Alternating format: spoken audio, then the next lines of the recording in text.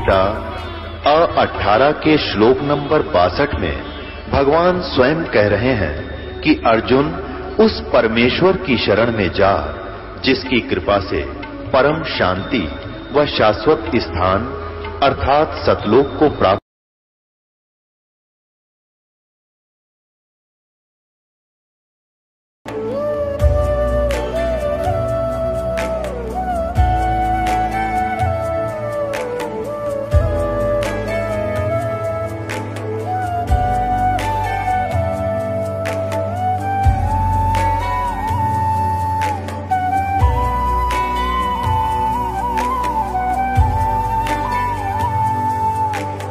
गीता 18 के श्लोक नंबर 62 में भगवान स्वयं कह रहे हैं कि अर्जुन उस परमेश्वर की शरण में जा जिसकी कृपा से परम शांति व शाश्वत स्थान अर्थात सतलोक को प्राप्त होगा। वो परमेश्वर कौन है, कहां है, कैसा है, जानने के लिए कृपया अवश्य सुनिए जगत गुरु तत्वदर्शी संत रामपाल जी महाराज के अमृत वचन। अब ऐसी लीला करे बिना वो राम राय सुने नहीं कुछ, यो ज्ञानी 60 पट। अब राम राय विवश हो गया कि ये तो भाई परम शक्ति है, विष्णु जी अवतार आए हैं, विष्णु जी ना है तो उसका अवतार जरूर है, मतलब हमारी ऐसी धारणाएं होती हैं। तो इसलिए उसको ये ज्ञान सुनाना, शरण में लेना, कहते हैं 100 सलसी दर मैं करूं अपने जन के काज। तो मालिक ने वाली लीला बख्शी, रजा बख्शी उस पर, वो ज्ञान सुनाया सारा। एक हफ्ता रोक्या, खूब उधर जानने का दिल करे था उसका, रंग दिया रंग में। तब उसने कहा कि भगवान ये ज्ञान तो आज तक किसी ने हमें नहीं बताया जो आज आपने बताया। तो गरीबदास जी ने कहा कि ये ज्ञान भाई भगवान ने बताया मेरे थे, वो स्वयं आए थे। वो पूर्ण परमात्मा कबीर जी हैं जो काशी में एक धानक की भूमिका, जुल्हे की भूमिका करके गए हैं। और आपके गुरु नानक देव जी के भी वही गुरु थे। अब वो तो राम राय तो सारी मान गया, बाकी सिख समाज मानो चाहे ना मानो। तो क्या बताते हैं, हम सुल्तानी नानक तारे। गरीबदास जी कहते हैं कि मेरा भी उद्धार किया, अब्राहिम सुल्तान अधम का उद्धार किया, और नानक जी का उद्धार किया, और दादू दास जी का उद्धार किया उसी कबीर परमात्मा ने। हम सुल्तानी नानक तारे दादू को उपदेश दिया, और जात जुलाहा भेद नहीं पाया, वो का सीमा है कबीर हुआ। अब राम राय जी कहने लगा सरदार जी, अब उसको कि शुरू में यह ज्ञान इंसान सुने है, कभी सच्चा कभी झूठा, नानो नहीं ऐसे नहीं। तो उसका दिमाग झूम रहा था इस कारण से भी, और वैसे भी उसका उर्फ नाम झुमक रहा था। तब गरीबदास जी ने कहा कि तत्व भेद कोई ना कह रे झुमकरा, ये पैसे ऊपर नाच सुनो रही झुमकरा। कोटों मध्य कोई नहीं रे झुमकरा, अरबों में कोई गर्क सुनो रही झुमकरा। अब गरीबदास जी कहते हैं कि जो ज्ञान मैंने बताया ना, पहले तो किसी के पास यूं है नहीं, और जो बाकी दो विद्वान बने फिरे हैं, कहते हम वेदों को जानते हैं, उनका पैसे उपनाच है, वो कथा करते फिरे हैं, पैसे कमाए हैं, दुनिया को ठग रहे हैं, उनके पास खक नहीं।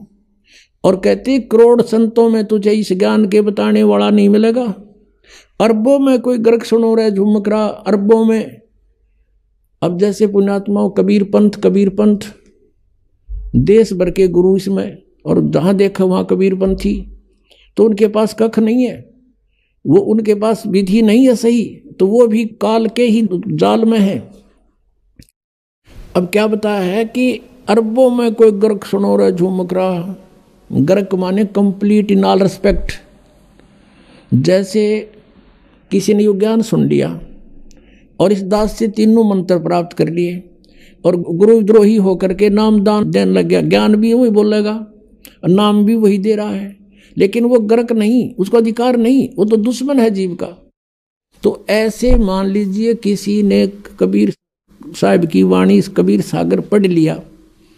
जैसे कबीर पंथियों का आज तक जिसका भी इतिहास देखा है, जिसके भी वहाँ से यहाँ से आए हैं, उन्होंने बताया है कि वो ये नाम देते हैं, वो ये नाम देते हैं, और कोई कुछ नाम देता है, कोई एक पूरा मंत्र सा बता देता है, पाताले सब सिंधु नाम फलाना नाम, और कोई नाम देता है श्री गुरु सतगुरु वे नमः, ये एंड बैंड बोले सारे। और ये कुछ एक इनमें से कबीर साहब की यह सृष्टि रचना सुना के, थोड़ा बहुत कथा कुथा सुना के नु दिखे जानो, ये भी वाह बात बताओ इस दास की तरह। और जैसे ये राधा स्वामी वाले पंथ के भी सचखंड और सतलोक की जो हमारे रेल बना रहे थे, इन्हें कह भी ना पता, तो ऐसा लगे कि ये भी सचखंड की बात करें और वो भी सचखंड की बात करें, वो भी कबीर साहब के बारे में कहता है। तो ये नकली है सारे, ये गर्क नहीं है, ये कंप्लीट इन ऑल रिस्पेक्ट नहीं है। इनके पास सब कुछ ज्ञान भी हो गया कि आपका ये रोग है, और उसने बता दिया तेरा ये बीमारी है, सुनकर किसी और ने बता दिया तुझे ये रोग है, और औषधि है नहीं, तो क्या फायदा उस ज्ञान का। वो तो डॉक्टर के पास जाओ जिसके पास यह जड़ी है और रोग भी बताओगा, और जाते ही दवाई देगा, ठीक हो जाएगा।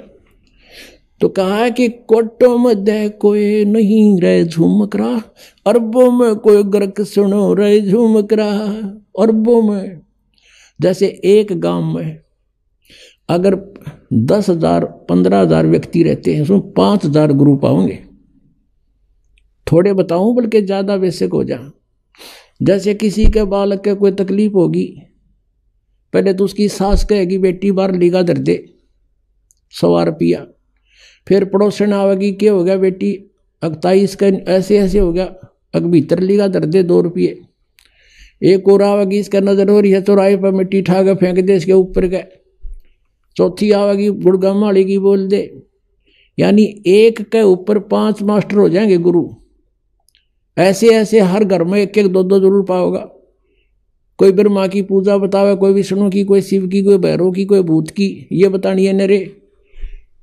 और कोई फिर कहे ब्रह्म पूजो वशिष्ठों पर भगवान नहीं, इनकी भी गिनती नहीं।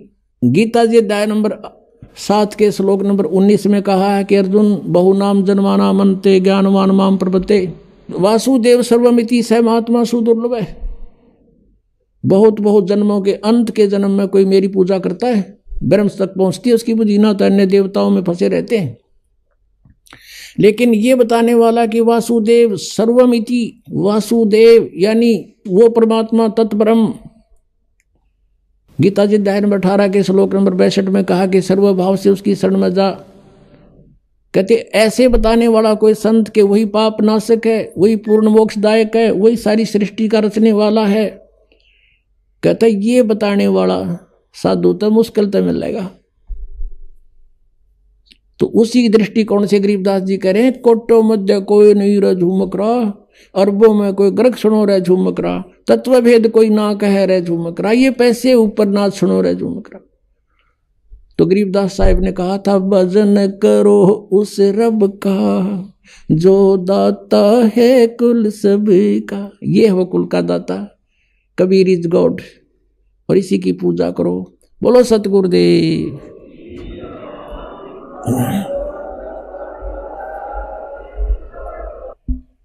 परम पिता परमात्मा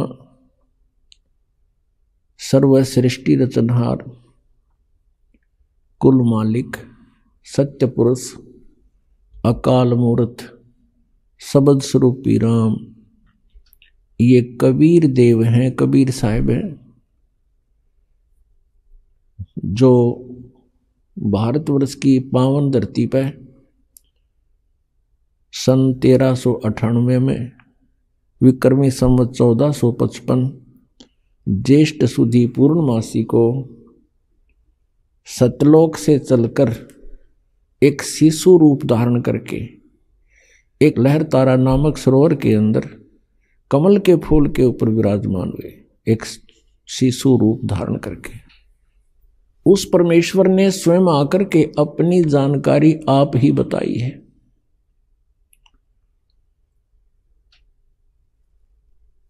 और उस परमेश्वर के बताए ज्ञान से काल के दूतों ने अपनी अलग अलग दुकानें खोल ली।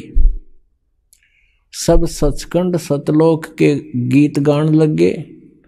उनको कह कह का पता नहीं सचखंड क्या होता है, सतनाम किसे कहते हैं, और सतलोक सार नाम सतशब्द सतनाम ये क्या चीज है। इसके विषय में आदरणीय गरीबदास साहिब जी, जिनको परमात्मा पूर्ण ब्रह्म अपने गुण, अपनी लीला, अपनी महिमा के अनुसार, अपने स्वभाव अनुसार जो लीला करते हैं, उस लीला के माध्यम से वो परमात्मा आदरणीय गरीबदास साहिब जी को गांव छुड़ानी, जिला झज्जर, हरियाणा में आकर के प्राप्त हुए थे। उनको फिर अपना सचखंड दिखाया, अपना सतलोक दिखाया, सर्व ब्रह्मांडों की सतिथि दिखाई, सभी भगवानों की सतिथि से परिचित करवाया, फिर उस प्यारी आत्मा को वापस शरीर में छोड़ दिया था। आदरणीय गरीबदास साहिब जी को मृत जान लिया था। घर वालों ने, कुल के लोगों ने इकट्ठा होकर के उनको चिता पर रख दिया था। अंतिम संस्कार करने की तैयारी थी। उसी समय परमेश्वर कबीर देव जी ने, कबीर परमेश्वर ने उस आत्मा को शरीर में प्रवेश कर दिया। उसके बाद गरीबदास साहिब जी ने अपनी आंखों देखा सचखंड का जो ब्यौरा दिया, वो परमात्मा ने जो 600 वर्ष पहले ज्ञान दिया था उससे ज्यों का तो मेल खाता है। गरीबदास साहिब जी ने कहा है कि हम देखा सो सच है और सकल प्रपंच, हमने जो आंखों देखा भगवान की महिमा, कबीर परमेश्वर जी की महिमा, वो सत्य है और बाकी सब प्रपंच फैलाए बैठे हैं। उनके विषय में कहा कि बेखों के लश्कर फिरें, बेख मीन पंथों के, ये पंथों के लश्कर फिरें। लश्कर माने टोड़ के टोड़, पता नहीं कितनी दुनिया ने घेरे बैठे हैं ये लोग। बेखों के लश्कर फिरें ये बाणी चोर कठोर, सतगुरु धाम ना पहुंचेंगे ये 84 के ढोर। गरीबदास साहिब जी ने कहा कि जो कबीर परमेश्वर की वाणी को चुरा कर अपनी दुकान न्यारी खोल ली, पंथ चला दिए, सचखंड का ठेका ले लिया, उनको पता कुछ भी नहीं है, तो उनके विषय में कहा कि बेखों के लश्कर फिरें। लश्कर माने पूरी सेना की सेना। और ये वाणी चोर कठोर, परमात्मा की वाणी को चुरा कर ये स्वयं संत बन बैठे और अब सच्चाई को स्वीकार भी करने को तैयार नहीं, इतने कट्टर हो गए। वो संत भी और उनके अनुयायी भी कहते हैं सतगुरु धाम ना पहुंचेंगे ये 84 के ढोर। ये सत लोग नहीं जा सकते, ये 84 लाख योनियों में यहीं पर अपना भटकते रहेंगे।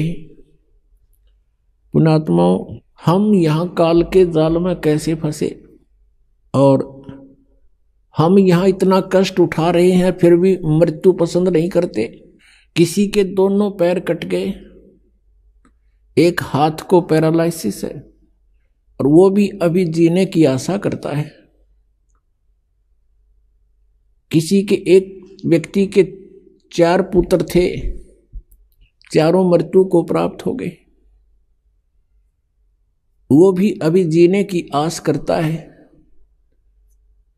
ऐसा क्यों है? क्योंकि हम मृत्यु पसंद नहीं करते और मृत्यु डेफिनेट। तो जो ना होने वाली वस्तु की हम यहां चाह रखते हैं, तो सबसे बड़ी भूल तो अपने यह लग रही है कि मृत्यु होगी और मरना नहीं चाहते। कारण क्या है? क्योंकि हम ऐसे स्थान पर रहा करते थे जहां कभी मृत्यु होती ही नहीं थी। कोई भी वृद्ध अवस्था पसंद नहीं करता। एक माई लगभग 65 से ऊपर की उम्र की, और उसको एक बहन ने यहां आश्रम में ही उसको ताई कह दिया, बुढ़िया कह दिया। वनो कहती है अच्छा मई बुढ़ी होगी, दांत नहीं उसका, शलवर पड़ रही सारे शरीर मुंह पे। तो कहने का भाव यह है, नहीं उसका दोष नहीं, हर प्रत्येक व्यक्ति यूं चाहता है कि मैं युवा बना रहूं, वृद्ध अवस्था ना हो और मृत्यु ना हो, और यहां दोनों डेफिनेट। इसके लिए परमात्मा बताते हैं, जैसे श्रीमद् भगवत गीता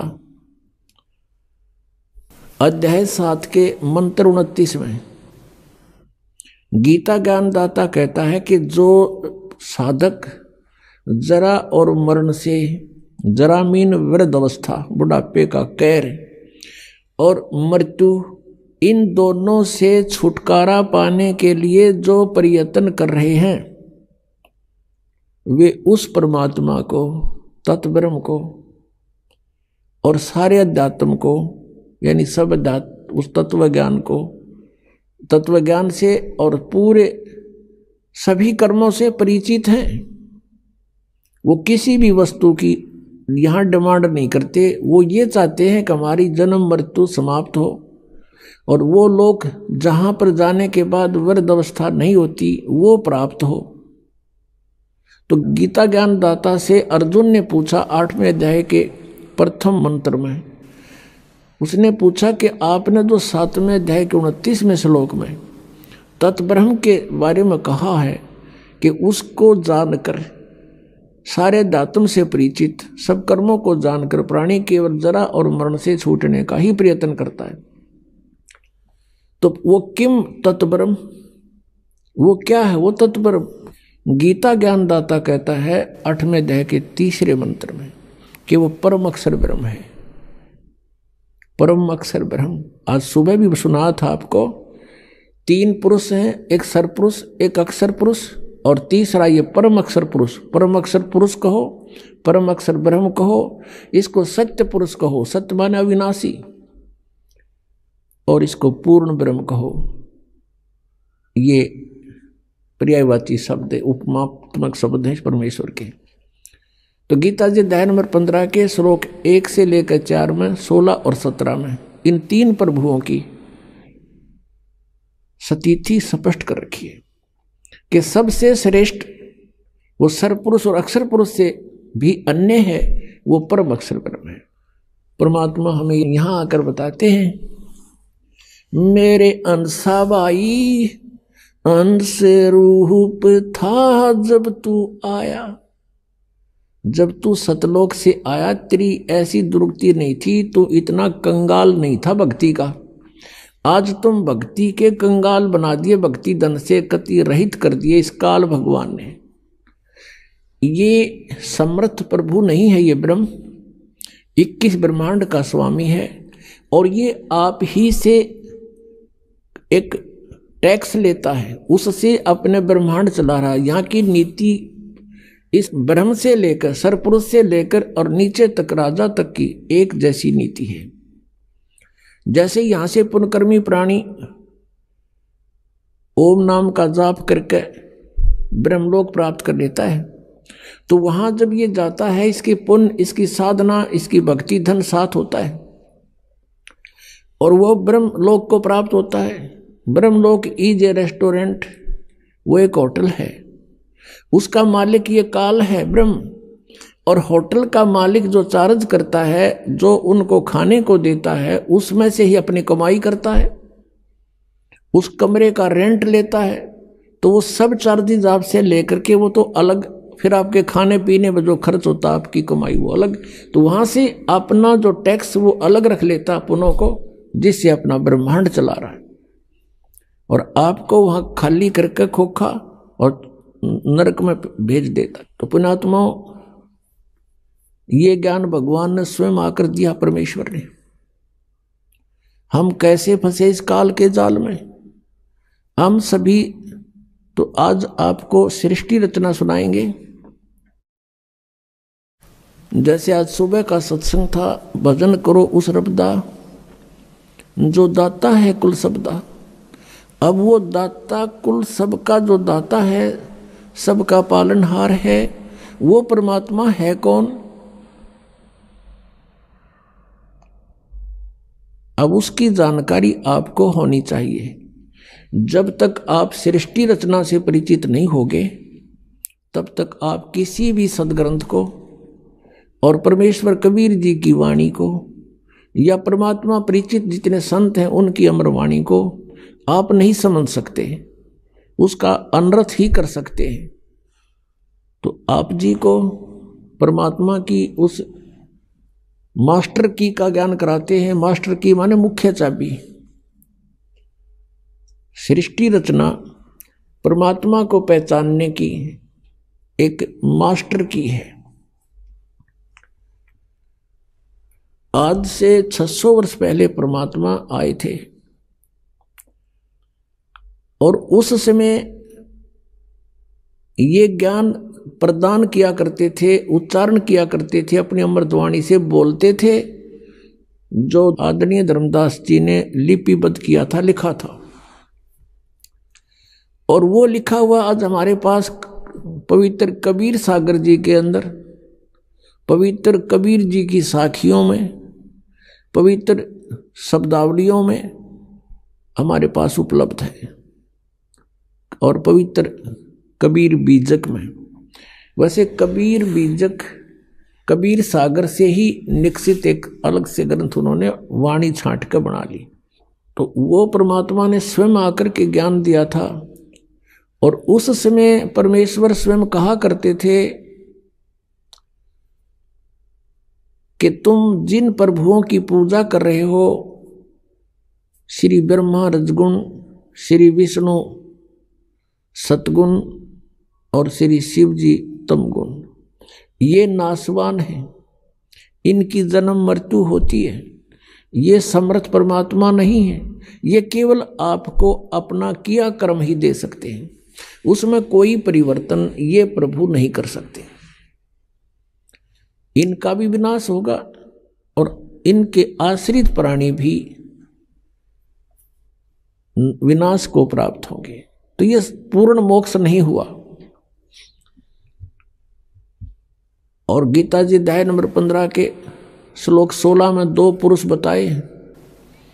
सरपुरुष ये ब्रह्म है, इसको सरब्रह्म भी कहते हैं, काल रूपी ब्रह्म भी इसी को कहते हैं। और अक्षर पुरुष ये परब्रह्म कहलाता है। ये दोनों पुरुष नाशवान है, दोनों भगवान नाशवान है प्रभु। और इनके अंतर्गत जितने प्राणी हैं वो भी नाशवान है। केवल आत्मा तो किसी की भी नहीं मरती, कुत्ते की भी नहीं मरती। गीता जी अध्याय नंबर 15 के श्लोक 17 में तुरंत कहा कि उत्तम पुरुष तू अन्य परमात्मा इति उदाहरते। वो श्रेष्ठ परमात्मा वास्तव में भगवान तो कोई और है जिसे परमात्मा कहते हैं। जो परमात्मा कहलाता है और वही तीनों लोकों में प्रवेश करके सबका धारण पोषण करता है, वो अविनाशी परमेश्वर है। उस समय इन नकली गुरुओं ने, नकली ब्राह्मणों ने, ब्राह्मण का अर्थ यहां पर कोई जाति विशेष से नहीं है। पुण्यात्मा, ब्राह्मण सोए जो ब्रह्म पछाणे और पंडित सोए जो पिंड की जाने। जैसे पहले कोई वैद्य होता था, बहुत ही अच्छा वैद्य था, नब्ज नाड़ी देख करके रोग जान लेता था, अच्छी औषधि देता था, रोगी स्वस्थ हो जाता था। धीरे धीरे उसकी प्रसिद्धि फैल गई, उसके 1-2 पीढ़ी तक भी वैद्यगाई करते रहे। उसके बाद उनके अनुयायी जो है वैद्य का काम करना छोड़कर अन्य कार्य करते हैं, तो भी वे अपने साथ में वैद्य लिखते हैं। जैसे राज सिंह वैद्य, और वो दुकान खोल रहा है परचून की। धर्म सिंह वैद्य वेल्डिंग सेट ले रहा है और वो भी वैद्य लिख रहा है। एक टायर पंचर लगा रहा है, वो भी लिख रहा है कृपाराम वैद्य। जबकि उनके पूर्वज तो वैद्य थे, अब वो वैद्य नहीं है, वो केवल सरनाम बना लिया उन्होंने, सरनेम। ऐसे ही जो ब्राह्मण पंडित अब वर्तमान के हैं, ये ब्राह्मण नहीं है तो सिर्फ उस वैद्य लिखन लागे शर्मा और पंडित, ये वो पंडित ब्राह्मण नहीं है।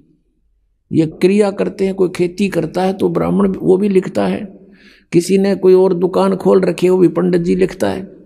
तो ये पंडित नहीं है, वो तो उस वैद्य वाली परंपरा से लिखन लाग गए। मेरे पूज्य गुरुदेव जी इस ब्राह्मण परंपरा से संबंध रखते थे। संसारिक शब्दों में कहें कि वो ब्राह्मण थे, पंडित थे। गांव पैंतावास बड़ा, जिला भिवानी, भिवानी से दादरी रोड के ऊपर, दादरी से 10 किलोमीटर पहले जाते समय, भिवानी से जाते समय राइट हैंड को एक बड़ा पैतावास गांव है, सड़क से भी 1-1.5 किलोमीटर अंदर की ओर, मेन रोड से। तो वहां मेरे पूज्य गुरुदेव जी का जन्म हुआ। वो 16 वर्ष की आयु में घर त्याग कर परमात्मा प्राप्ति के लिए घर छोड़कर चले गए थे। आगे उनको कबीरपंथी संत मिल गए, और मेरे जो दादा गुरुजी थे, यानी मेरे पूज्य गुरुदेव जी के पूज्य गुरुदेव, वो गांव छावला दिल्ली में, गांव छावला के जाट थे, और उन्होंने काशी विद्यापीठ से शिक्षा ग्रहण कर ली। वो भी घर छोड़कर चले गए थे 15-16 साल की आयु में। उनके गुरुदेव ने, हमारे दादा गुरुदेव के गुरुजी ने उनको शिक्षित करा दिया था। वो 4 विषय के आचार्य हो गए थे, और वो जाट होते हुए अपनी जो पदवी लिखते थे, अपनी डिग्री लिखते थे, पंडित चिदानंद। आज उनका आश्रम है डिस्ट्रिक्ट सोनीपत, खरखोदा के पास एक गोपालपुर गांव है। गोपालपुर गांव में मेरे पूज्य गुरुदेव के गुरुदेव यानी हमारे दादा गुरुजी का आश्रम है। उसके ऊपर लिखा हुआ मोटे अक्षरों में पंडित चिदानंद जी आश्रम, यानी वो जाट होते हुए पंडित लिखते थे। हमारे गुरुजी ब्राह्मण होते हुए ब्राह्मण नहीं संत लिखते थे, स्वामी लिखते थे। वो कहते थे ब्राह्मण नहीं हूं मैं संत हूं। तो यहां ब्राह्मण उसको, पंडित उसको कहते हैं जो गुरु पद पर और वैसे जो शिक्षा ग्रहण कर लेता है। वैसे तो परमात्मा का ने डेफिनेशन बता दी, पंडित सोए जो पिंड की जाने, ब्राह्मण सोए जो भगवान पहचाने। वो ब्राह्मण होता तो हम ब्राह्मण हो गए, हम ही पंडित हो गए, क्योंकि हमने खोज लिया उस भगवान को ढूंढ लिया, पहचान लिया उस मालिक को। तो अब हम इसलिए डिफाइन करना पड़ता है कि कोई बेदक ना जा बीच में, बाकी तो ब्राह्मणान बूढ़ा बतावे। तो वो नकली जो ब्राह्मण थे, जो वेदों से परिचित नहीं थे और पवित्र पुराणों से परिचित नहीं थे, पवित्र गीता जी के ज्ञान से वो परिचित नहीं थे, वो विरोध किया करते थे परमेश्वर कबीर देव जी का कि कबीर अशिक्षित है, ये सदग्रंथों को नहीं समझ सकता, इसको अक्षर ज्ञान नहीं है, जिस कारण से ये ब्रह्मा विष्णु महेश की बेइज्जती करता है, हमारे देवताओं को हीन बताता है, इनको नासवान बताता है, ये निकम्मा व्यक्ति है, इसकी बातें मत सुनना। और पूरे हिंदू समाज में कबीर परमेश्वर जी का बहुत विरोध करवा दिया, और भी बहुत सारी अफवाहें उनके साथ जोड़ दी।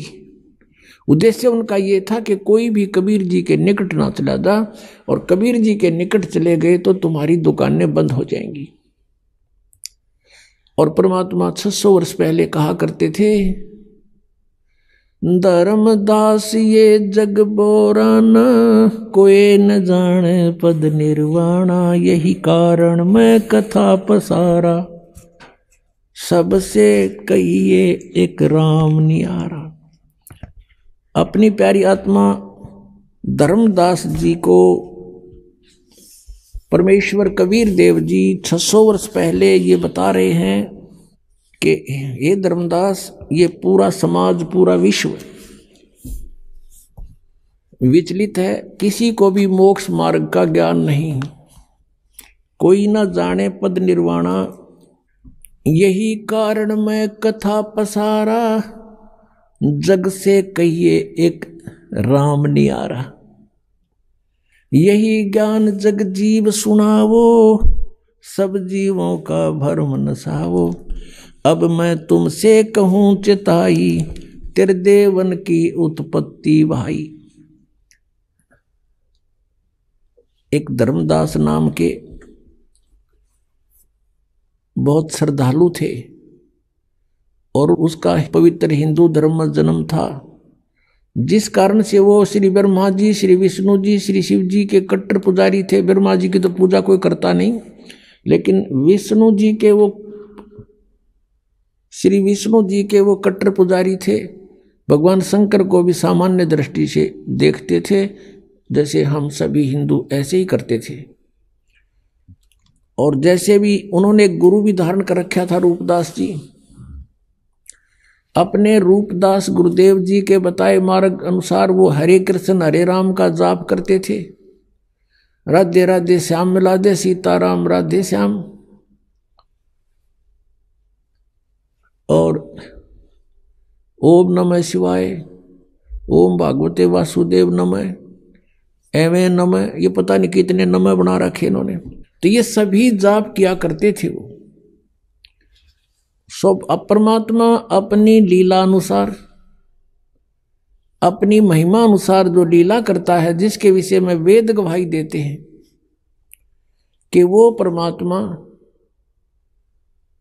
परमात्मा कौन है। देखो पुण्यात्माओं, वेदों को पवित्र हिंदू समाज एक बहुत ही आदर की दृष्टि से मानता है और पूरा हिंदू समाज वेदों पर आधारित है। उसके बाद उसी के समांतर पवित्र 18 पुराणों को भी हम सामान्य दृष्टि से, आदरणीय दृष्टि से ही देखते हैं। श्रीमद् भगवत गीता को भी हम एक बहुत पवित्र सदग्रंथ मानते हैं। अब उन सदग्रंथों में क्या क्या मैटर है, क्या विवरण है, ये आज तक हमें नहीं पता था। हम ये अवश्य मानते थे कि वेदों में जो लिखा है वो बहुत अच्छा है, वो सत्य है। और वेदों में कौन सी मेडिसिन की वो तो है नहीं, वो बुक, वो तो भगवान के विषय में जानकारी है सारी। वो परमात्मा कौन है, वो परमात्मा कैसा है, वो परमात्मा करता क्या है, वो लीला करता क्या है, किस रूप में रहता है, ये सारा ज्ञान वेदों में लिखा था। लेकिन वेद संस्कृत में थे और संस्कृत भाषा का जानने का अधिकार केवल एक वर्ग को था, एक वर्ग को था, ब्राह्मण को। अब इन ब्राह्मणों ने जैसा भी ऋषियों ने पढ़ा अपने वेदों को, ये नहीं समझ सके वेदों के गूढ़ रहस्यों को, क्योंकि इनके पास तत्व ज्ञान नहीं था। अब देखो, इन्होंने वेदों को पढ़ा और श्रीमद् भगवत गीता को पढ़ा।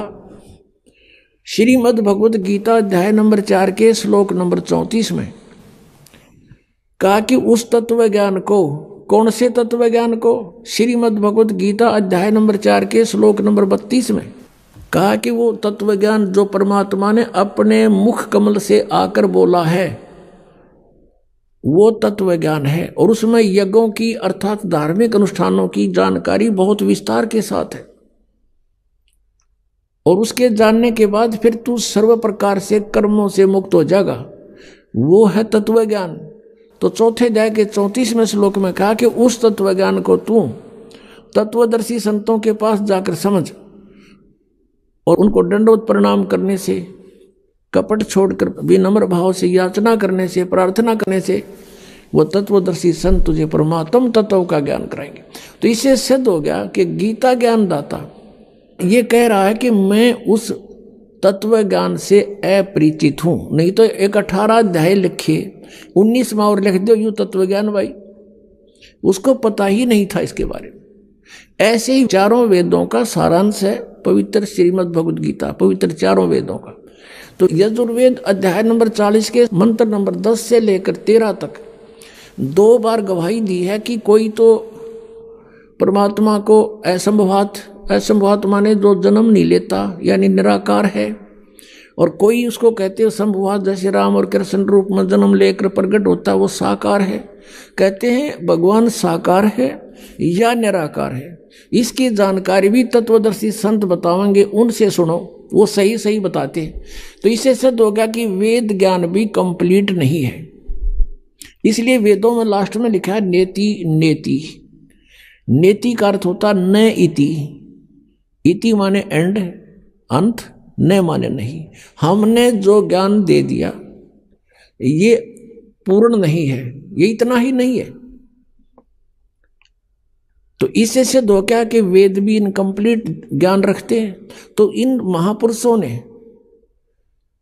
ब्राह्मणों ने, ऋषियों ने, जैसे ब्रह्मा ने, विष्णु ने, शिव जी ने, इन सभी ने वेदों को पढ़ा और वेदों में भी पढ़ने के लिए ड्यूटी लगा दी ब्रह्मा की कि आप इनको पढ़ो और अच्छी तरह समझो और हमें समझाओ। तो ब्रह्मा को ब्राह्मण कहने लगे। ब्रह्मा के वंशज जितने थे, ब्रह्मा जी ने उन ऋषियों को भी अपनी तरफ से जैसा भी उन्होंने वेदों को समझा वो ज्ञान बता दिया, तो उसके वंशज सारे ब्राह्मण कहलाने लगे। तो ब्रह्मा जी ने जो विष्णु और शिव जी को ज्ञान दिया उन्होंने फाइनल मान लिया कि जो इन्होंने ठीक पढ़ा है वेदों को ऐसा ही होगा। यही परंपरा फिर आगे चलते हुए आ गई। इन वेदों को पढ़ने का केवल अधिकार ब्राह्मणों को रह गया। संस्कृत भाषा को यही जानते थे, अन्य नहीं जानते थे। अभी कुछ समय पहले भी अपने भारतवर्ष में संस्कृत पढ़ने का अधिकार केवल ब्राह्मणों को था, अन्य जाति का ब्राह्मण नहीं, कोई भी व्यक्ति संस्कृत नहीं पढ़ सकता था। भारतवर्ष में एक काशी विद्यापीठ रही है, काशी में, उसमें केवल ब्राह्मणों के ही बच्चों को पढ़ाया जाता था। और एक यहाँ कड़ौली गांव है खरखोदा के पास, कड़ौली जिला सोनीपत में, कड़ौली गांव का एक निश्चल नाम का बच्चा था। उसके मन में प्रेरणा हुई कि मैं संस्कृत भाषा को जानूं और फिर सदग्रंथों को समझूं और फ्री ऑफ कॉस्ट सबको बताऊं। ये ब्राह्मण वर्ग ने तो केवल इसको अपनी रोजी रोटी तक सीमित कर लिया। इस उद्देश्य से उस किसान के जाट के पुत्र ने एक झूठा सर्टिफिकेट बनवा लिया नंबरदार तय कि ये निश्चल दास ब्राह्मण वर्ग कुल से संबंध रखता है, इस गांव का रहने वाला है, और वो बनवा कर चला गया। काशी विद्यापीठ में प्रवेश पा लिया। वहां उसने विद्या ग्रहण की और पूरी यूनिवर्सिटी में 1 नंबर पावे, फर्स्ट स्टैंड करे, अपनी शिक्षा पूर्ण कर ली। जब वो चलने लगा तो उस काशी विद्यापीठ के प्राचार्य की एक कन्या विवाह के योग्य होगी थी। अब वो लोग जैसे आजकल विद्या केवल रोजी रोटी के लिए ही उद्देश्य बनाकर ग्रहण की जाती है। जैसे कोई डॉक्टर की लाइन में जाता है रोटी रोजी के लिए, इंजीनियर लाइन में जाता है रोजी रोटी के लिए, अध्यापक लाइन की कोई कोर्स करता है रोजी रोटी के लिए। तो उसी तरह विद्या का उस समय प्रयोग करते थे ब्राह्मण वर्ग कि ये अच्छा विद्वान बच्चा है और खूब धन कमाओगा, बढ़िया बोलना आता है, संस्कृत बहुत अच्छी बोलता है और घने लोगों ने मूर्ख बना के खूब धन कमाओगा, तेरी बेटी सुखी रहेगी। वो निश्चल नाम था उस बच्चे का। उसने कहा कि प्रिंसिपल जी अब मुझे आशीर्वाद दो, आपका बच्चा अपने क्षेत्र में सफल हो। तो उसने कहा बेटा क्या तू मुझे गुरु दीक्षिणा नहीं देगा? उसने प्रिंसिपल ने कहा, मुख्य प्राचार्य ने। निश्चल ने कहा जी गुरुदेव हम आपको क्या दे सकते हैं और जो आपकी आज्ञा हो बोलो। कहने लगा भाई वचनबद्ध हो जा, कदे फिर जा।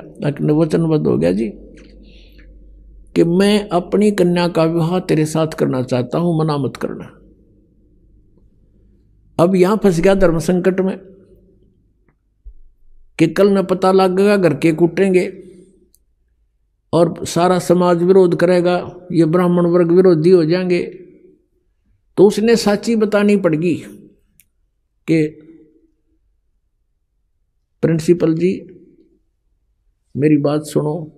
उसने सारा कहानी बता दी कि मैं किसान का पुत्र हूं, जाट का, मैं ब्राह्मण नहीं हूं और मैंने ये झूठा सर्टिफिकेट बनवाना इसलिए जरूरी समझा कि मैं संस्कृत पढ़ना चाहूँ था और इन सदग्रंथों के गूढ़ रहस्यों को समझ के वेदों को जनता में फ्री ऑफ कॉस्ट सेवा करना चाहता हूँ। मैं शादी भी नहीं कराना चाहता था, मैं फ्री ऑफ कॉस्ट सेवा करूँगा। मैं इस उद्देश्य से यह शिक्षा ग्रहण करने आया हूँ, मैं ब्राह्मण नहीं हूँ। फिर वो प्रिंसिपल लाल पीला हो गया। उसने बहुत खरी खोटी सुनाई और श्राप दे दिया और वचन ले लिया कि वचनबद्ध हो कि संस्कृत भाषा में ना तो कोई प्रवचन करेगा और ना ही कोई लेखन कार्य करेगा। उसने कहा ठीक है गुरुजी जैसे आप कहोगे। अब उसके बाद निश्चल दास जी ने दादू पंथ में जाकर के दीक्षा ग्रहण कर ली। आदरणीय दादू साहब जी को परमेश्वर कबीर देव जी आकर मिले थे, पूर्ण परमात्मा। 7 वर्ष के दादू जी थे तब परमात्मा को मिले थे,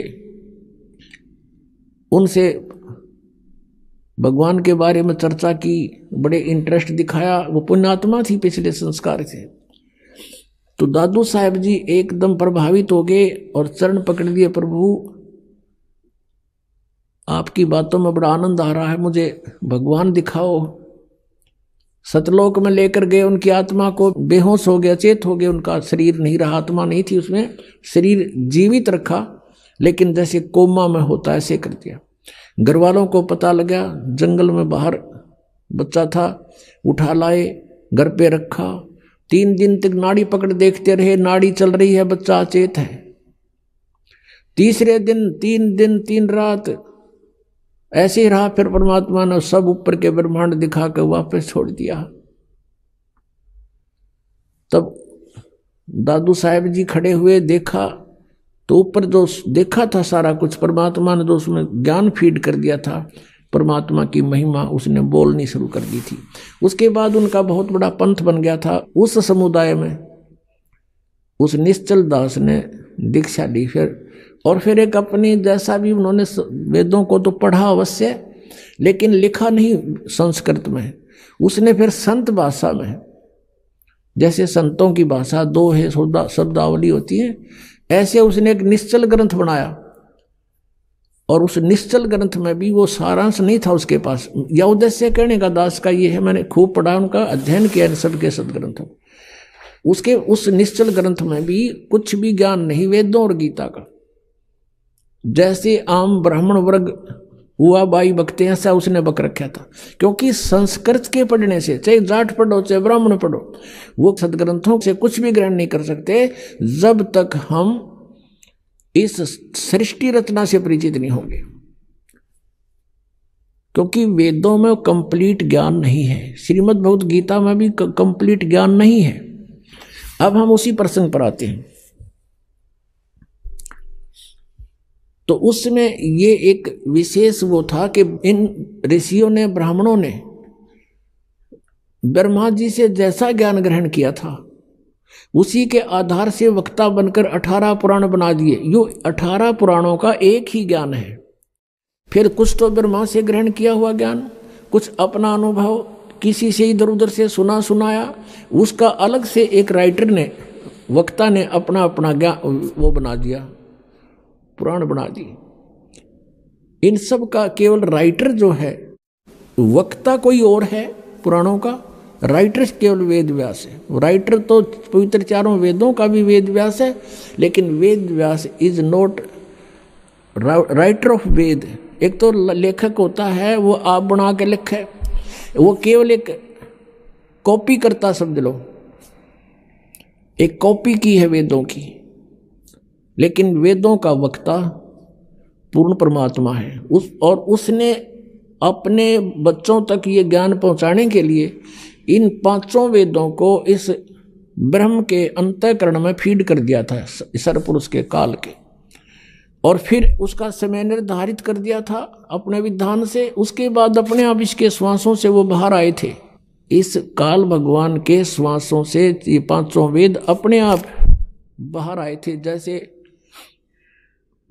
जैसे माता को गर्भ रहता है, 9 महीने के बाद बच्चा ऑटोमेटिकली बाहर आ जाता है, ऐसे परमात्मा ने वेदों का बीज इसके अंतःकरण में डाल दिया था काल के में, और फिर अपने आप ये 500 बाहर आ गए थे। जैसे आज कंप्यूटर में आप देखते हो, इस वेबसाइट में कितना ही मैटर फीड कर दो और कितना निकाल लो, मिनट में निकला होगा। तो ऐसे ही वो मैटर मालिक ने दिया था।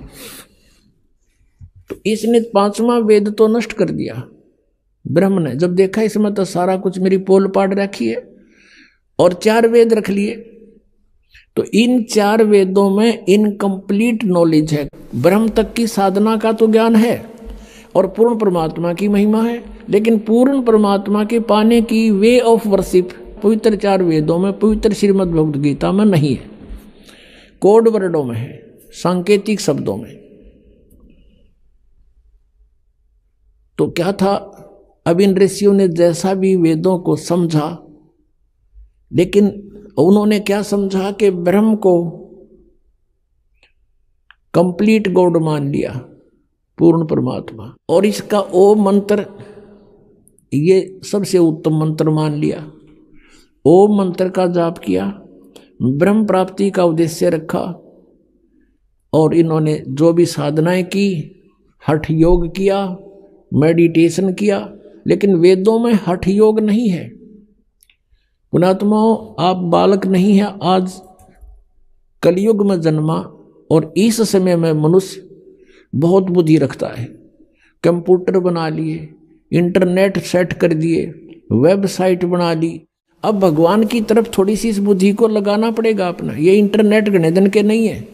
अगर 2 वर्ष वर्षा ना हुए, ये जहाज भी खड़े खड़े जरे उन प्लेटफार्मा पे, और ये कंप्यूटर भी बाहर करोड़ियाँ पे गिरने पड़े, ये कोई नहीं निपट नहीं पावे, ऐसा बुरा हाल हो जा।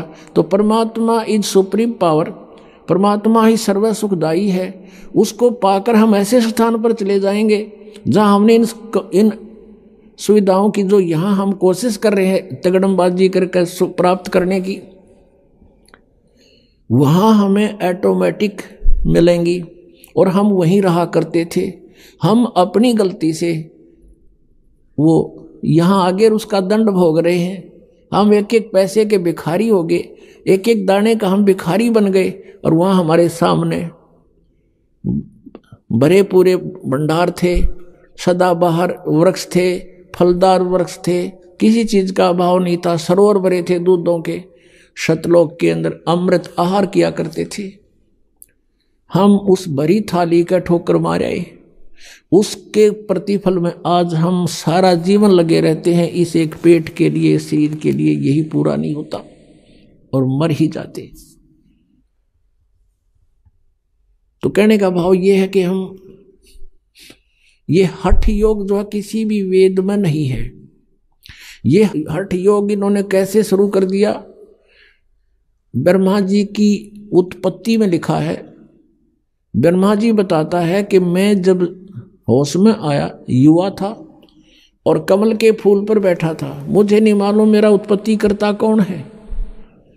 और फिर वहां से आकाशवाणी हुई कि तप करो, तप करो। 1000 वर्ष तक ब्रह्मा ने तप किया। फिर कहा सृष्टि करो, तपो तपो कर वाक्य सुनाया, लोक रचो बल मेरी माया। सूक्ष्म वेद में कह ब्रह्मा को काल ने कह दिया तपो तपो कर वाक्य सुनाया। अब ब्रह्मा जी को जो आकाशवाणी सुनाई दी, इस काल ने बोल दी। ये गुप्त रहता है, ऊपर छुपा हुआ रहता अपनी माया से। आकाशवाणी से सुना दिया कि तप करो, तप करो। तो इसने नोट कर लिया कि भगवान का आदेश है तप करो। इसने हठ योग करा 1000 वर्ष तक। उसके बाद जब ये तीनों बच्चे युवा हो गए, यानी ब्रह्मा, विष्णु और शिव जी की उत्पत्ति काल ने की थी। अभी बताएंगे डिटेल से। अब थोड़ा हिंट दे रहे हैं किस कारण से ये ज्ञान को नहीं समझ सके। उसके बाद इन्होंने बाद में सागर मंथन किया और इस काल ने ये चारों वेद ब्रह्म ने समुद्र के अंदर छुपा दिए। ये एक बहुत सुंदर एक ऐसे पेपर पर लिखे हुए थे, बहुत ही अच्छे पेपर पर, जिस पर पानी का भी असर नहीं होता, जैसे आजकल प्लास्टिक के ये प्रिंट चल रहे हैं इस तरह के। बहुत सुंदर उस पर लिखा था। वो चारों वेदों को प्राप्त किया, ब्रह्मा को दे दिए गए कि आप देखो इनको। अब ब्रह्मा ने उन चारों वेदों को पढ़ा, उसमें ओम नाम था और ओम नाम को पूर्ण परमात्मा का मान के और ब्रह्म को कंप्लीट गॉड मान करके उसने वेदों का निष्कर्ष यही निकाल दिया कि ओम मंत्र है, नथिंग एल्स, और ब्रह्म परमात्मा है, ये सब कुछ यही है। अब वहां ब्रह्मा की बुद्धि सिलप कर गई। यजुर्वेद के 40वें अध्याय के 10वें और 11वें 12वें 13वें 4 श्लोकों में एक निर्णायक ज्ञान दिया है कि कोई तो परमात्मा को असंभवात यानी जन्म नहीं लेता, उत्पन्न ही नहीं होता, वो निराकार कहता है, और कोई उसको संभवात माने उत्पन्न होने वाला मानता है। साकार है वो या निराकार, इसकी जानकारी तत्वदर्शी संत बताएगा, उससे पूछो। उनसे सुनो। फिर बताया है कि जिसको अक्षर ज्ञान हो गया उसको विद्वान कह देते हैं, जिसको अविद्या है तो उसको अविद्वान कहते हैं, जिसके पास अक्षर ज्ञान नहीं है कहते हैं विद्वान। और अविद्वान की डेफिनेशन भी वो तत्वदर्शी संत बताएगा, उससे सुनो। तो ये दास बताएगा आपको विद्वान कौन था, अविद्वान कौन थे। जो वेदों को जानते हैं वो विद्वान हैं, जो वेदों का ज्ञान नहीं जानते संस्कृत भाषा से विद्वान नहीं बन जाते। जो आज संस्कृत जानता है उसको इंग्लिश नहीं आती तो वहां इंग्लिश में अविद्वान है वो। तो एक भाषा का मास्टर होने से विद्वान नहीं बन जाता। विद्वान वही कहलाता है जिसको अध्यात्म ज्ञान है, जिनको परमात्मा की जानकारी होगी और उसके पाने की विधि का पता लगे। तो पुण्यात्मा, जिस कारण से अब ब्रह्मा जी ने यही ज्ञान उनको दे दिया, अपने अनुयायियों को, वंशजों को, तो उन्होंने ओम का जाप किया, हठ योग किया, समाधिस्थ होने की चेष्टाएं की। अब इसने कैसा कमाल कर रखा काल भगवान ने। अब ऋषियों ने साधना करनी चाहिए हठ योग करके, तो समाधिस्थ होने की चेष्टा की। समाधि दशा में ये काल भगवान क्या करता है, कैसी लीला करता है। किसी को तो ब्रह्मा के रूप में दर्शन दे देता है। तो वो ऋषि कहता है कि ये ब्रह्मा जी जो साकार वहां उनके सामने रहते थे कि ये ब्रह्मा जी सुप्रीम पावर हैं, ये पूर्ण परमात्मा हैं, मैंने इनके दर्शन समाधि दशा में हुए हैं। और भी दो चारों को ऐसा ही आभास हो गया, दिखाई देंगे वह। तो उन्होंने भी डंडोरा पीट दिया कि ब्रह्मा जी सृष्टि के रचयिता हैं, ये प्रजापिता हैं, ये सर्वशक्तिमान है, ये है। इस बात का भ्रम हो गया ब्रह्मा जी के कि मैं ही सृष्टि रचने वाला हूं। फिर कुछ एक ऋषियों को ने जब साधना की उनको दर्शन दे दिए समाधि दशा में, समाधि में विष्णु जी के रूप में। उन्होंने डंडोरा पीट दिया कि ये विष्णु जी, सतगुण विष्णु जी, ये पूर्ण परमात्मा हैं, ये छुपाए बैठे अपने आप को। और जो सैकड़ों की संख्या में उन्होंने उनका डंडोरा पीट दिया। तो विष्णु जी को भ्रम हो गया कि आई एम गॉड। और कुछ एक को उन्होंने शंकर जी के रूप में दर्शन दे दिए। तो उन्होंने ये सारा डिक्लेयर कर दिया कि शंकर भगवान इज कंप्लीट गॉड। समाधि में मैंने भगवान शंकर के दर्शन किए। तो इन तीनों को अपने अपने आप में ये भ्रम हो गया कि हम भगवान हैं। और इसी बात पर ब्रह्मा जी और विष्णु जी का युद्ध हो गया। ब्रह्मा जी कहता मैं तेरा बाप, मैं सारी सृष्टि का रचयिता हूं। विष्णु जी कहता मैं तेरा बाप, तू मेरी नाभि कमल से निकला है। इस बात पर इनका युद्ध हुआ। फिर बीच बचाव करने के लिए ये स्वयं काल आ गया अपने पुत्र शिव का रूप धारण करके। शिव पुराण के अंदर इसका बहुत बड़ा विस्तार से वर्णन है। फिर इन दोनों से कहा कि पुत्रों, तुमने अपने आप को भगवान मान लिया, ये तुमने अच्छा नहीं किया। यू आर नॉट गॉड, तुम ईश नहीं हो। ब्रह्मा और विष्णु को कहता है कि तुम भगवान नहीं हो। पुण्यात्मा, 600 वर्ष पहले परमात्मा कहा करते थे, तीन देव की जो करते भक्ति, इनकी कदे न होवे मुक्ति। आइए अब हम उन श्रद्धालुओं के अनुभव जानते हैं जो जगत गुरु तत्वदर्शी संत रामपाल जी महाराज जी से दीक्षा प्राप्त कर चुके हैं तथा उनके द्वारा बताए गए भक्ति मार्ग पर चल रहे हैं। बहन जी नमस्कार। नमस्कार सर जी। क्या नाम है आपका? सविता प्रजापति। सविता जी कहाँ से आए हो आप? जिला दमोह, तहसील हटा, गांव कुंवरपुर से। बहन जी, संत रामपाल जी महाराज की शरण में आने से पहले आप क्या भक्ति साधना करते थे? अन्य देवी देवताओं की भक्ति करते थे, अन्नोपासना करते थे, व्रत भी रखते थे, हर देवी देवताओं के जाते थे, माथा टेकते थे। बहन जी, जब आप इतनी श्रद्धा के साथ भक्ति साधना कर रहे थे तो फिर आप संत रामपाल जी महाराज की शरण में क्यों आए? हमारे ससुर जी जोड़े थे सबसे पहले संत रामपाल जी महाराज से, इसलिए इसके बाद में हमारे भगत जी बीमार हुए तो बोले आप बेटा वहाँ चलो, वहाँ नाम दीक्षा ले लो। तो फिर हम लोग 2011 में बरवाला गए, वहाँ नाम दीक्षा ली है। बहन जी, संत रामपाल जी महाराज से आपने नाम दीक्षा ली, तो क्या उसके बाद आपको कोई विशेष लाभ भी मिला? जी भगत जी, सर जी, हम बहुत बीमार रहते थे, पहले बीमार रहते थे, झाड़ फूंक करवाते थे, देवी देवताओं के जाते थे। जब से संत रामपाल जी महाराज जी की शरण में आए हैं, कोई भी बीमारी नहीं है, न कोई झाड़ फूंक करवाने जाते थे तो 1 दिन ठीक रहते थे, 2 दिन ठीक रहते थे। आपको क्या समस्या थी? प्रेत आत्मा रहती थी सबसे ज़्यादा, और बीमार रहते थे तो आज ही डॉक्टर के जाते थे, कल डॉक्टर के जाते थे, आज ही गुनिया के जाते थे, कल गुनिया के जाते थे। तो क्या आपको लगता था कि भूत प्रेत की समस्याओं का समाधान आपको डॉक्टर के पास मिलेगा? नहीं, कोई डॉक्टर के पास जाते थे तो ये डॉक्टर के पास जाना है, वो डॉक्टर के पास जाना है, झाड़ फूक करवाने जाते थे तो ये गुनिया के जाते थे, वो गुनिया के जाते थे। आज का आराम लगता था, कल का आराम लगता था। फिर एक जगह गए लास्ट में, जब थक चुके थे, जब वहाँ बोल दी थी कि अब मेरा बस नहीं चलेगा, तू अब जहाँ जाती है बरवाला संत रामपाल जी महाराज की शरण में जा, अब तू वहीं ठीक होगी। तो फिर हम संत रामपाल जी महाराज की शरण में आए। काल लेके गया मेरे को, मेरी मृत्यु हो गई थी, काल लेके गया था मेरे को। संत रामपाल जी महाराज ने बोला ले जा, कहाँ तक लेके जाता है मेरी आत्मा को। तो फिर काल से बोला छोड़ दे उस आत्मा को, अभी उसकी मौत नहीं है, उसको अभी भक्ति करना है, अभी वो मेरी आत्मा है। तो फिर वहाँ से काल ले आधी दूर से पटका मेरे को। जब वो काल लेके गया, लेने आता था तो ऐसे भारी भारी रूप में भैंस का रूप बना के आता था। तो मैं इसके घर में लुकते थे, उसके घर में लुकते थे। फिर गुरुजी ने मेरे को छुटाया, बोला बस बेटा भक्ति करना डट के। मैंने कहा जी गुरुजी अब मैं भक्ति करूँगी। संत रामपाल जी महाराज ने मेरे को जीवन दान दिया है। बहन जी, संत रामपाल जी महाराज से नाम दीक्षा लेने के बाद आपको क्या क्या लाभ मिले? मगर जी अगर मैं लाभ बताऊंगी तो एक दिन भी नहीं बीत जाएगा, एक पूरी रात भी बीत जाएगा। ऐसे छोटे मोटे लाभ तो परमात्मा मेरे को देते ही रहते हैं। अगर हम सोचें कि आज हमारा ये काम होना है, संत रामपाल जी महाराज वो काम कर देते हैं। अगर हम सोचें ये हमारा लिए ये चाहना है, वो चाहना है, तो संत रामपाल जी महाराज वो भी मेरे को दे देते हैं।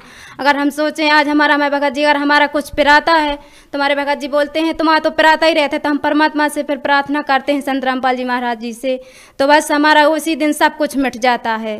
बहन जी, संत रामपाल जी महाराज से नाम दीक्षा लेने के बाद आपको अनेकों लाभ मिले, तो क्या देव देवताओं की पूजा करते समय आपको उन्होंने मौत से नहीं बचाया?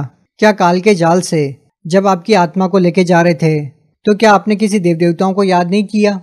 सब देवी देवताओं को याद करते थे, किसी भी देवी देवता ने हाथ नहीं लगाया है, न किसी गुनिया के पास गया है, किसी ने नहीं बचा पाया है। फिर आखिरी में एक गुनिया ने कह दिया था कि अब देवी का बस नहीं है इसके ऊपर, अब संत रामपाल जी महाराज ही बचा सकते हैं।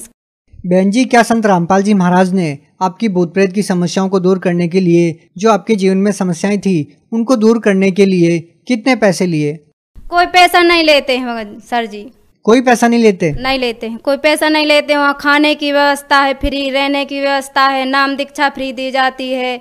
जो भी भगत जाना चाहते हैं देख सकते हैं वहाँ के, कोई खाने की के लेने पैसा लेते हैं कि नहीं, ये कुछ नहीं होता है वहाँ। बहन जी, बहुत सारे लोग इन बातों पर विश्वास नहीं करते। वो बोलते हैं कि इन बातों पर विश्वास करना एक अंधश्रद्धा है, क्योंकि बीमारियों का इलाज तो हॉस्पिटल में होता है। तो संत रामपाल जी महाराज की शरण में क्यों आना चाहिए? सर जी ऐसा है कि मेडिकल में कोई इलाज नहीं है। जो अगर तुम इलाज कराओगे तो ई डॉक्टर के पास जाओगे, डॉक्टर के पास जाओगे तो कोई के पास कोई इलाज नहीं है। संत रामपाल जी महाराज के पास वो इलाज है कि जो कोई डॉक्टर के पास इलाज नहीं है, जो उनके पास इलाज है। बहन जी, संत रामपाल जी महाराज को आप अन्य संतों से किस प्रकार से अलग पाते हैं? अन्य गुरु ढोंगी हैं, वो बताते हैं ये करो ये करो ये करो।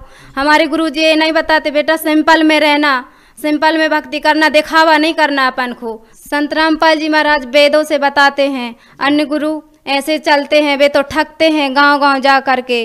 बहन जी, आप भगत समाज को क्या संदेश देना चाहते हैं? संत रामपाल जी महाराज के द्वारा मैं भगत समाज को संदेश तो नहीं दे सकते हैं, समझा सकते हैं कि अगर अपना कल्याण चाहते हैं तो संत रामपाल जी महाराज की शरण में आएं और अपना कल्याण करवाएं। जो लोग संत रामपाल जी महाराज से नाम दीक्षा लेना चाहते हैं वो उनसे नाम दीक्षा कैसे ले सकते हैं? टीवी बहुत सारे चैनल हैं, चैनलों पे सत्संग देखें, फोनों में यूट्यूब पे चला कर देखें, फेसबुक पे लाइक कर कर देखें। संत रामपाल जी महाराज का सत्संग आता है। नामदान केंद्र पे जाकर अपना नाम दीक्षा ले सकते हैं, अपना कल्याण करवा सकते हैं। बहुत बहुत धन्यवाद सर से।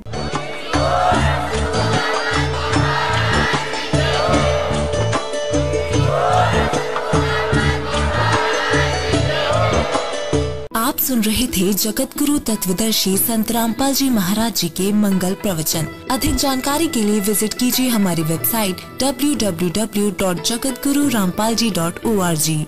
संत रामपाल जी महाराज जी के शुभ आशीर्वाद से पूरे विश्व भर में 500 से भी ज्यादा नाम दीक्षा केंद्र हैं, जिन पर संत रामपाल जी महाराज जी द्वारा ऑनलाइन निशुल्क नाम दीक्षा दी जा रही है। अपने नजदीकी नाम दीक्षा केंद्र का पता करने के लिए संपर्क करें 8222